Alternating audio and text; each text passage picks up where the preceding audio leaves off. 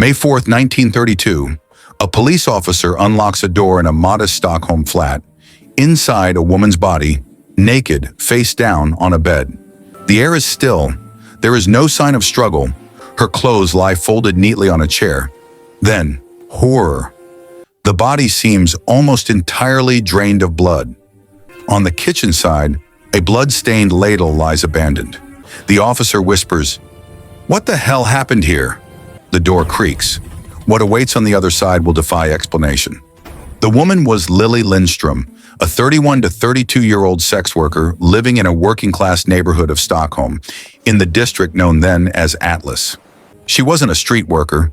She operated as a call girl, using the phone in her tiny apartment to arrange clients.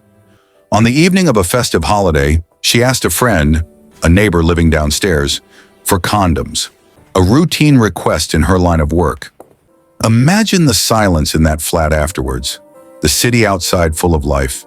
Inside, nothing but dread. Something ordinary had turned monstrous, and no one yet knew how. 3 nights later, Lily's friend notices something wrong. No knocks back, no footsteps. A foul smell seeps out under the door. Concern turns into dread. The police are called. Officers break in. The room is neat, the bed unrumpled, clothes folded, nothing out of place except the dead woman and the horror surrounding her. Lily lies face down, naked. The autopsy later confirms blunt force trauma, repeated blows to the head. But that isn't what grips everyone. It's what's missing. Nearly all of her blood vanished like it never existed. And that ladle, a common gravy ladle, crusted with dried blood, suggesting this was more than murder, a grotesque ritual. The question spread fast. Who would kill her, and why? Investigators scoured the flat. No signs of forced entry, no broken windows, no overturned furniture, nothing stolen. Only that ladle. Only that silence. They found evidence of recent sexual activity. A used condom was discovered, reportedly protruding from her anus. Saliva traces on her neck and body suggested close contact. Her clothes folded undisturbed, as if the killer had taken time, care, maybe even respect. Not rage, ritual, calculated. Detectives interviewed several of Lily's recent clients, friends, acquaintances, neighbors, 9 in total. All questioned, no one charged. Fingerprints, faint or unusable. No weapon recovered, no alibi broken. The trail ran cold. The killer walked into the building, into her life, and vanished without a trace. The most disturbing detail, the missing blood. For a healthy adult, that's liters of fluid, enough to soak bedding, stain floors, drip, pool. Yet the room was disturbingly clean. No large puddles, no soaked sheets, no trail, only trace stains and the ladle. This prompted the investigators, and later the press, to dub the murderer the Atlas Vampire, a sensational name for a grim crime. But over time, suspicion grew that perhaps the ladle's stains weren't blood. Maybe the story had been exaggerated. Some modern commentators argue that police or press at the time may have sensationalized the findings. Still, for many, the horror remained real.